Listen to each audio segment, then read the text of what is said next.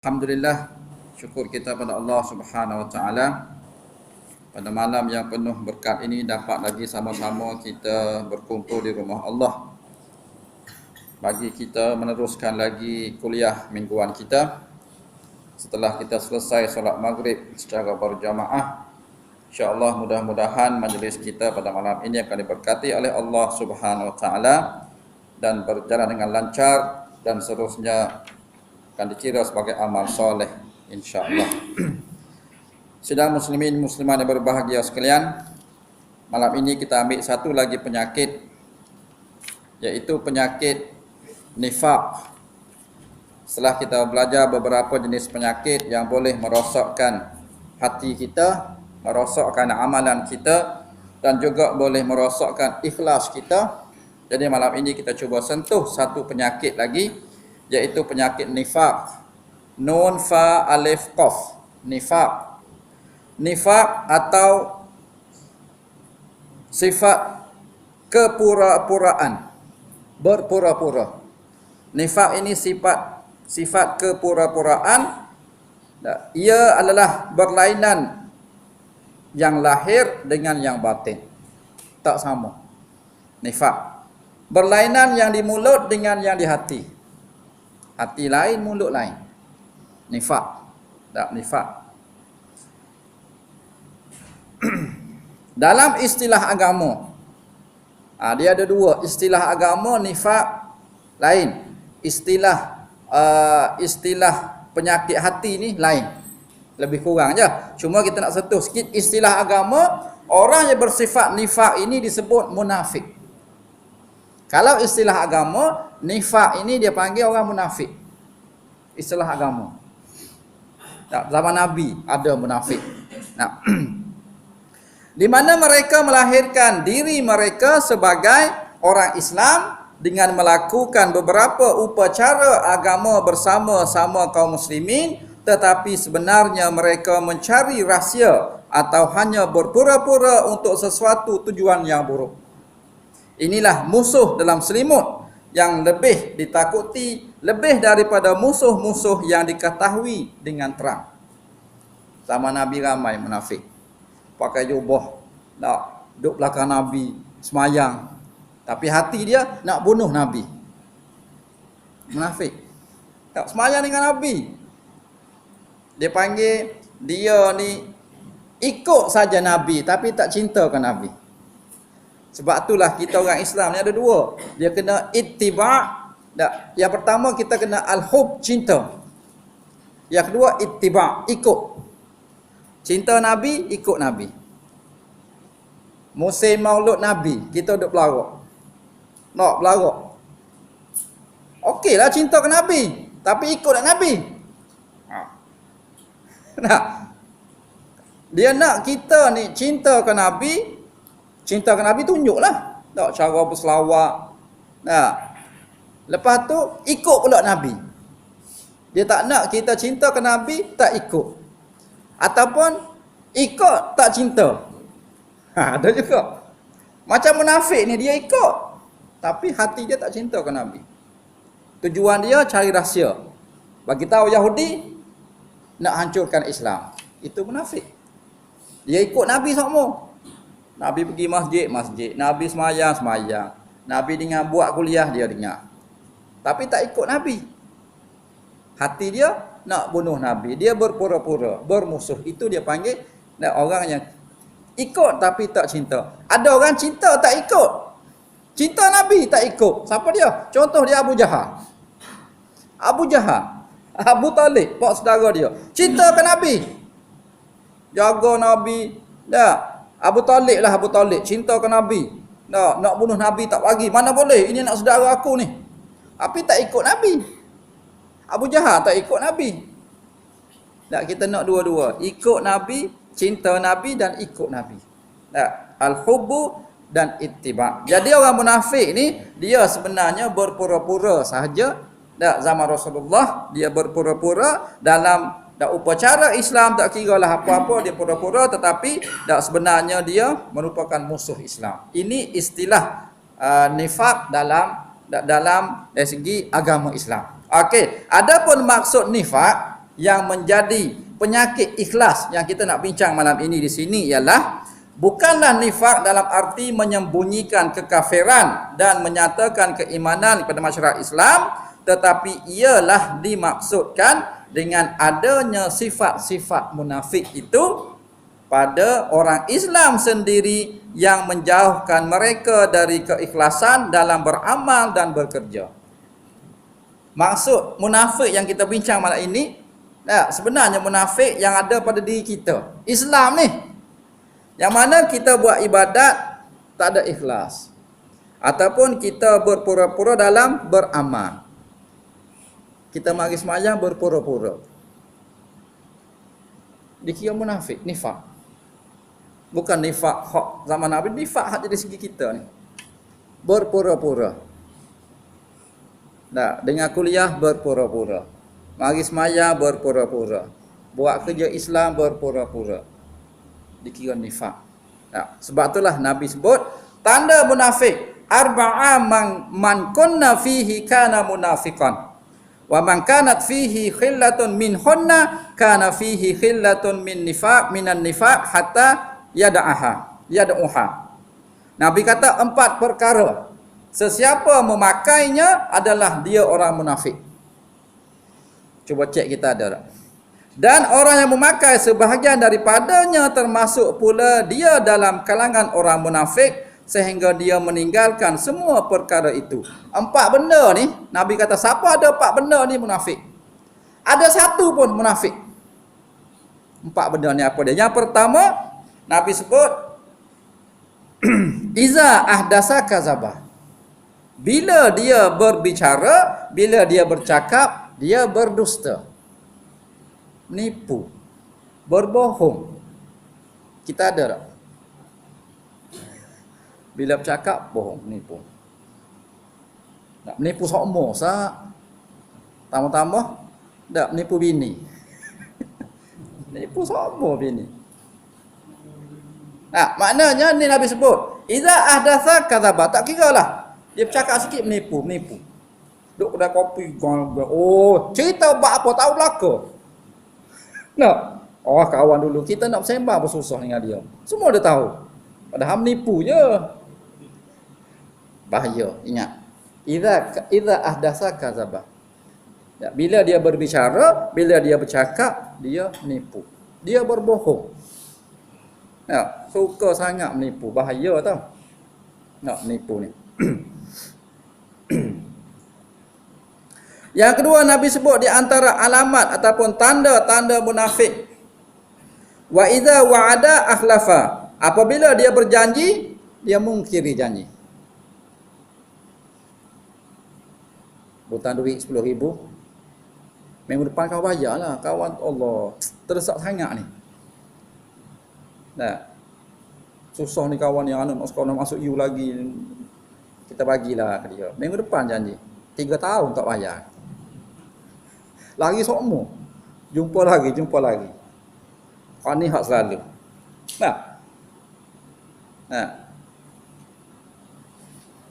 Iza wa'ada akhlafa. Bila kita berjanji, kita mungkiri janji. Janji kena tepati janji. Janji ditepati. Maknanya kena tepati janji. Tak tepat janji dikira munafik. Allahu akbar. Hak ni kita banyak. Besok kita datang, okey beres pukul berapa? 6.30 datang. Pukul 10 tak nak bawa muka lagi. Ini bahaya. Yang kedua Nabi sebut. Yang ketiga Nabi sebut di antara sifat tanda munafik, wa iza ahada ghadara. Apabila dia dipercayai, dia berkhianat. Orang bagi amanah ke dia, dia khianat. Kawan ni nak tinggal rumah ni 3 hari nak balik kampung ni. Kunci ambil lah, tengok-tengok rumah kawan. Dapat kunci ke dia, masuk rumah, buka esro. Peti air tu habis. Netibai ke dia. Orang sudah tengok rumah je. Dia habis. Hari-hari maknanya tak ada amanah. Amanah ni ya Allah berat. Imam Ghazali tanya anak murid dia, apakah atas dunia ni yang paling berat? Imam Ghazali teka-teki dengan anak murid dia. Atas dunia ni apakah benda yang paling berat? Jawab anak murid dia. Nak paling berat batu ustaz. Paling berat bukit, paling berat macam-macam. Dia kata betul belaka jawapan kamu. Yang paling tepat ialah amanah. Dia kata. Amanah ni berat. Amanah. Kita ada amanah belaka. Nah, amanah yang kita ada semua ialah yang pertama jadi suami. Amanah tu. Isteri kita dan anak kita. Nah, bila kita akad nikah tu, aku terima nikahnya sekian-sekian dengan mas kahwin siap. Amanah tak atas kepala kita tu. Nah. Orang kahwin ni suka tak? Allah, akad nikah malam pertama senyum semua. Nah, dia tak sedar padahal amanah tak atas kepala dia tu. Oh, senyum sedap lah ni beh ni malam pertama ni, beh ni malam pertama beh. Padahal amanah atas kepala dia tu. Dulu ayah dia tanggung. Tak semayang ayah dia tanggung, tak pakai tudung ayah dia, tak tutup aurat ayah dia, balik tengah malam pun ayah dia tanggung. Ni kita dah tanggung. Kita dulu tanggung dosa kita seorang je. Lah ni dua orang dah. Tu kata apa ni kalau bini seorang? Kalau bini dua? Dua orang pula. Allah. Sebab tu Nabi sebut esok-esok di padang mahsyar ada golongan yang berjalan sengit. Sengit berjalan padang mahsyar. Pok mana ni? Nabi kata inilah orang yang atas dunia dia kahwin dua tapi dia tak adil. Dia tak adil.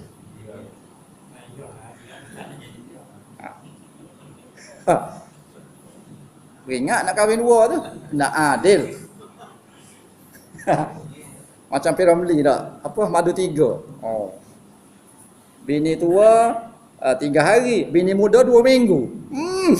Adil apa lagu tu? Dia kena adil semua. Adil dari segi apa nafkah. Kalau 1,000, kalau kereta Camry kena Camry. Dia tak boleh di Camry ni kancil tak boleh. Kalau apa? Kalau rumah kena rumah banglo. Kalau duit 1,000 suka aja Ali. Ini bini muda kereta rumah lagi bini tua ya Allah, dia kena adil. Kalau adil tak ada masalah. Nak kahwin 3 tak apa. Nak ceritanya amanah itu paling mudah. Kalau kita ada jawatan, amanah pula terhadap rakyat kita, banyak lagi amanah. Kalau kita jadi bendahari pula, jaga duit pula, ya Allah. Bahaya amanah. Nak ingat amanah ni Nabi sebut apabila dia dipercayai, dia khianat maka munafik. Ramai berapa ramai hilang amanah. Kadang-kadang ustaz sendiri pun hilang amanah. Ada keluar khabar mudir keluar tahfiz. Pegawai zakat, tipu duit zakat apa semua tak amanah. Mudir keluar tahfiz makan duit. Apa pegawai zakat habis duit zakat. Kita amanah. Bila duit tu kelabu mata. Ustaz ke apa dia ada jawatan apa-apa ke, tengok duit, tengok benda-benda berkaitan dengan harta ni, inilah bahaya. Sebab tu Nabi sebut iza ahada ghadara. Bila dia diberi amanah dia mengkhianati, maka itulah dikira sebagai orang yang munafik. Dan akhir sekali di antara tanda munafik Nabi sebut wa iza khasama fajara. Apabila dia berbantah, dia tidak tunduk kepada kebenaran. Kalau dia bergaduh, nak menang seumur. Walaupun dia salah. Berkeras, menegakkan benang basah. Contoh gitulah. Tak nak dengar orang. Jadi 4 sifat Nabi sebut. Cuba cek kita ada berapa. Yang pertama, bila bercakap kita berbohong. Yang kedua, bila janji, mungkiri janji. Yang ketiga, bila dipercayai amanah kita khianat. Dan yang keempat, bila kita bertengkar dan apabila kita ni Dan apa ni berbantah, tidak tunduk kepada kebenaran. Nah, kita kalau boleh kita kena sentiasa tawaduk, rendah diri. Dan itulah di antara nifak yang disebut oleh Rasulullah berkaitan dengan tanda-tanda. Nifak itu adalah suatu penyakit jiwa yang berbahaya. Allahu Akbar. Sukar diubah. Kiranya penyakit ini sudah memasuki sebuah masyarakat, maka pengidap-pengidapnya mudah benar menyerang ke pihak musuh. Sebagaimana Allah berfirman dalam surah Al-Maidah ayat 52 yang berbunyi, a'udzubillahi minasyaitonirrajim, fataral ladzina fi qulubihim maradun yusari'una fihim yaquluna nakhsha an tusibana da'irah fa asallahu an ya'tiya bil fathi aw amrin min indih fayusbihu ala ma asarru fi anfusihim nadimin. Yang bermaksud, maka engkau akan melihat orang-orang yang dalam hatinya ada penyakit nifak. Mereka pergi dengan lekas ke pihak musuh seraya berkata, kami takut bahawa kami akan mendapat kecelakaan. Tetapi mudah-mudahan Allah mendatangkan kemenangan dan pertolongan daripada sisinya supaya mereka itu jadi orang yang menyesal atas apa yang mereka telah sembunyikan dalam diri-diri mereka. Ini bahaya. Dan orang munafik ni, kalau ada sifat munafik, dia senang, dia mudah nak berpaling ke pihak musuh. Dia duduk sama-sama kita, jemaah kita, tiba-tiba dia munafik, dia akan senang berpindah ke musuh Islam. Inilah bahaya. Dan satu lagi ayat Nabi sebut, apa ni Allah berfirman, muzabzabina baina zalika la ilaha ula'i wa la ilaha ula wa man yudlilillahu falan tajalahu sabila. Orang berhati dua itu dalam ragu-ragu antara yang demikian, iman atau kufur, tidak ke sini dan tidak pula ke pihak sana. Siapa yang disesatkan Allah, maka kamu tidaklah sekali-kali akan dapat menunjukkan jalan kepadanya. Dia panggil Zul Wajhain. Manusia mempunyai dua muka. Sebelah ni pun okey, sebelah ni pun okey. Ini bahaya, Zul Wajhain. Takut-takut Allah tarik dia ke pihak yang sesat. Pihak yang sesat. Dan akhir sekali kita ambil pepatah orang Melayu sebut, musang berbulu ayam. Musang berbulu ayam. Jadi di sini kita boleh ambil beberapa buah hadis Al-Quran berkaitan dengan nifak tadi, dan Nabi sebut akhir sekali yang bermaksud di hari akhirat kelak tentu kamu akan mendapati orang yang sejelek-jelek manusia di sisi Allah, iaitulah orang yang bermuka dua. Dia pergi kepada kumpulan ini dengan membawa satu sikapnya, dan dia datang pula kepada kumpulan yang satu lagi dengan sikapnya yang lain. Ini bahaya. Dia boleh belaka. Dia panggil Zul Wajhain, talam dua muka. Pihak hak benar pun dia masuk, salah pun dia masuk. Lama-lama takut-takut Allah tarik dia ke pihak yang salah. Jadi kita cubalah istiqamah dalam kebenaran pada Allah Subhanahu Wa Taala. Janganlah kita ada sifat munafik tadi, sifat nifak tadi, yang mana boleh merosakkan ikhlasan kita. Dan mudah-mudahan kita mintalah pada Allah agar Allah jauhkan kita daripada sifat nifak. Seterusnya kita jagalah daripada sifat-sifat tadi. Dan bila kita bercakap, kita kena bercakap dengan benar, jangan berbohong. Bila kita janji, tepatilah janji. Bila kita diamanahkan, janganlah kita khianati. Dan bila kita berbantah, tunduklah kepada kebenaran. Ya, insya-Allah kita akan selamat daripada sifat nifak, insya-Allah. Jadi rasa itulah saja kita ambil sedikit untuk malam ini berkaitan dengan satu sifat, iaitu sifat nifak, yang mana boleh merosakkan hasad ikhlasan kita. Insya-Allah mudah-mudahan dapatlah kita jauhi daripada sifat ini, dan ada masa kita sambung lagi pada sesi akan datang sifat-sifat yang lain, insya-Allah.